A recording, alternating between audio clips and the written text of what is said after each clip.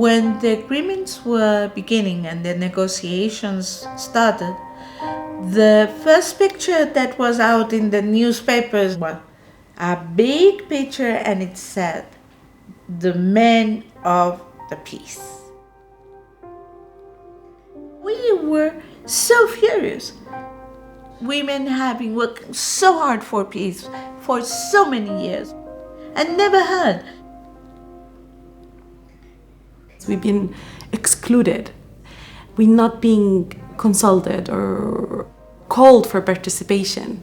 And then I was thinking, I don't think this peace process or this reconciliation will work because it lacks gender perspective. This international community completely understanding how you deal with war through dealing with men with arms. Completely not thinking of experiences on the ground, of experiences of women peace builders. Pour moi, la paix, c'est pas seulement qu'il n'y a pas de balles qui crépitent. La paix, pour moi, c'est me sentir bien. Je peux quitter ma maison à n'importe quelle heure sans craindre que je vais être violée sur la route, sans craindre que je vais être attaquée par un groupe armé. Les femmes ont raison de travailler sur la paix. Et c'est tout le monde qui doit venir avec les femmes pour travailler pour la paix.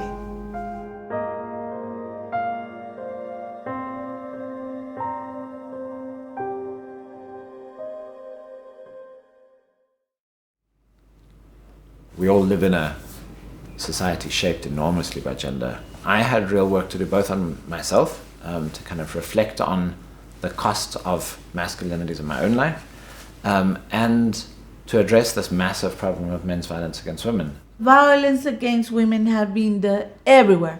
So that's why women talk about peace in another way. It's not a biologically being a woman, so hence we magically solve everything, but it's the specific experiences we have as opposed to men with guns. We are the women that are on the ground. We know what is happening to us. We know what we want. We are supposed to be actors. We are not just supposed to sit there and watch. If the peace talks were just discussing how to stop the killing, then the natural conclusion is, yes, you should be talking to the men with guns. But the peace talks in Bosnia, they literally pinned down our constitution. We are stuck with that constitution 25 years later. So if we are discussing a whole vision of a country, for sure, you cannot exclude 50% of population. We, as women, are capable of building peace. We try to bring the voices of women not as victims, but as voices of women in our society. At the international level, we have to be present. We have a different voice to raise. We're doing the activism work. We're meeting families. We're doing humanitarian aid.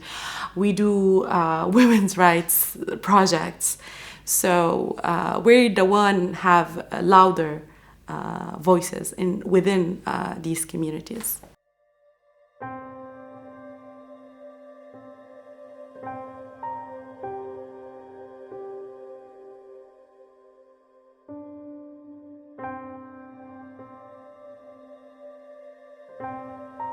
And I think we within WILPF's initiative in Bosnia have extensively explored the consequences on the lives of women, but also on the society. When women are included, it's basically on a very kind of nominal level. We count the number of women that are representative in politics, but we don't really address the patriarchal structures. So, okay, you can provide support to victims of sexual violence, or civilian victims of war, but if we discuss constitutional changes and you want your piece of the cake, then that's really outside of your domain. So far, the participation of women at the political level is very limited at the United Nations institutions, and our spaces are not those wide, and we are not given all the chances. Actually, we are, speaking about structured discrimination. We want a strong and robust international accountability architecture. Inasmuch as the structure remains intact, getting women's voices into those structures won't have the impact that it should have. Our hope is that strong women's voices within this institution begin to shift priorities. We have to think more broadly about fundamental reform to the UN system.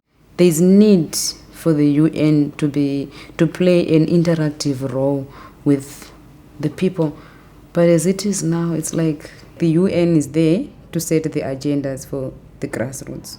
We should look at the roots instead of starting at the top. Quand les membres du conseil de sécurité arrivent dans les villages, ils sont tellement pressés. Ils n'ont même pas le temps de parler aux gens.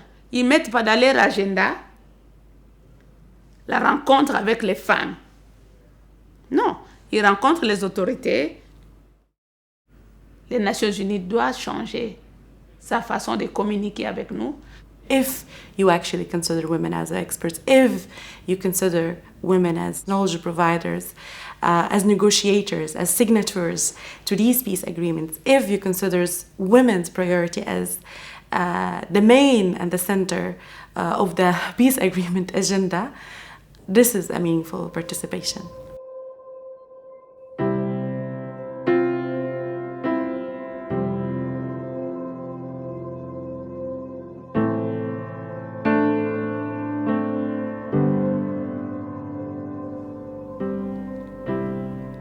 En vivant dans un pays en guerre pendant 20 ans, je sais ce que c'est. Et j'ai vu des hommes trembler. Les gens qui pensent que ce sont les femmes qui veulent seulement la paix, les hommes ne veulent pas la paix. Je ne pense pas. Parce que c'est tout le monde qui veut la paix pour que nous puissions vivre et faire le développement. We need the solidarity, we need the support. And I love the word solidarity. I love it so much. Is getting men to recognize their roles, our roles and responsibilities with regards to advancing gender equality and women's rights. It's only when both men and women start to fight for that all democratic elements within society try to fight for that. We have a lot of experiences where we failed because we were alone. I don't have one dream that is just specific for me, but there are people dreaming the same or similar dreams. Quand il y a la paix, c'est tout le monde qui gagne. Mais quand il y a la guerre, c'est tout le monde qui perd. We want to be involved in peace negotiations. We want to be involved in conflict resolution. To take the lead and contribute to the aspired change for a better world, a changing world where we see equality between gender equality between men and women, where women can enjoy their rights. If we want to be in politics, we want to make politics. We want to make change, different rules of the game.